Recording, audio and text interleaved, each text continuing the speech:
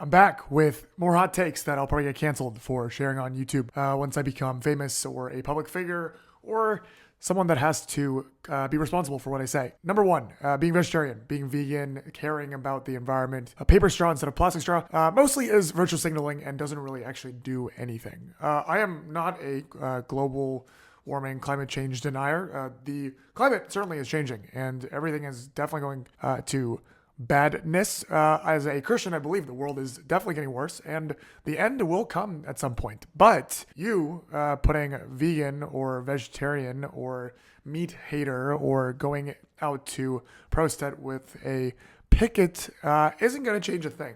Nothing is going to happen at the individual level, and that's not going to change anything. And you might say, hey, at least I am doing something. I am made to believe that most people that do those things just either have nothing better to do with their lives or need some kind of external motivation to feel like they are contributing to something, have some kind of moral high ground, virtue signal, tell people that are not doing those things that they're bad. They have this weird desire to feel nice, feel good, and be better. They might actually care for the environment. I mean, I would assume if you're giving up meat and living that terrible life of eating rabbit food all day, I'm sure you care about the environment. But much of it, I think, derives from your desire to feel better than other people, do something that makes you stand out. I genuinely can't stand individuals who have these vegetarian channels who spend $30, $40, $50 on meals that could easily be $5, $10, and they could be donating that money directly to other causes that you can actually have an impact on. And instead, you're buying these salads that have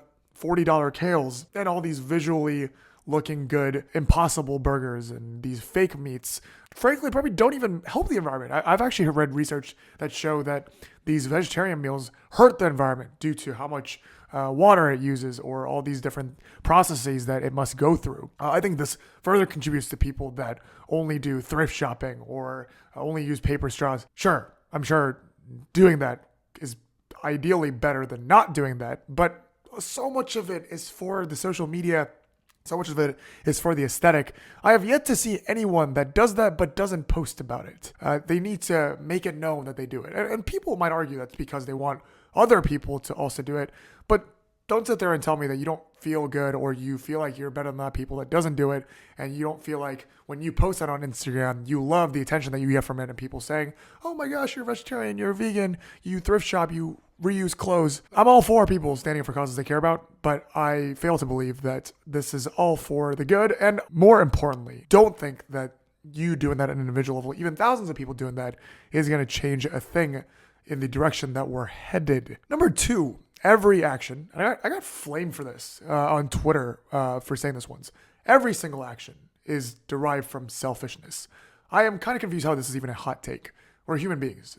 All of our motivations are for survival, are out of sinful nature, and in layman's non-religious terms, it's out of selfish desire. Even things that on the outside cannot be selfish is technically selfish. You can help a poor person. You can go out into missions. You can go work for a nonprofit. You can help an old person cross the street. That all comes from selfish desire / a need for you to feel good / the thing that you actually want to do at that very moment. Of course, the general outside external motivation is for you to be a good person, which you could deem non-selfish. And a lot of times you could be sacrificing your time, your effort, your blood, sweat, and tears to do certain things. It would be very weird for someone to call out a missionary or someone who is sacrificing their suburban life to go out into third world countries to help the people there.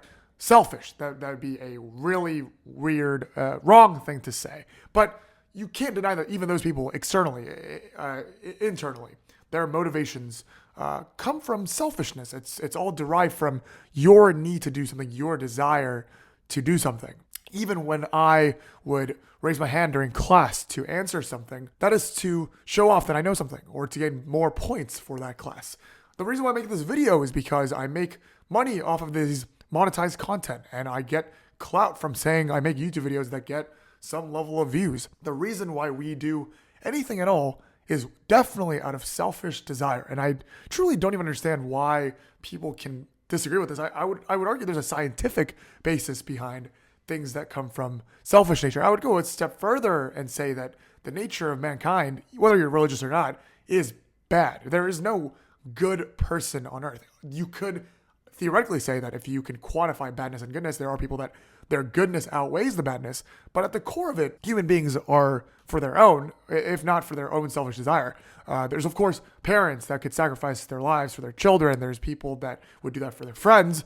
But even that is amidst selfishness. It's the direction/decision that you want to make at that exact moment. I fail to believe that any action, any desire comes from anything else for human beings. Final take, and I think this is probably the take that most people would disagree on, and I'm not fully fleshed out on it. Most well-raised people, on average, are better in quality, nicer, ideally smarter, and better looking than those that are not raised well. And this isn't to say that well-raised people are better than non-raised people, but I'm trying to hint at this weird stigma that Disney Channel has produced that rich kids or cool kids or athletic kids tend to be bad kids or bullies or mean. I have found that to be rarely the case growing up. Most of the people that I've met that have been raised in well-meaning families, the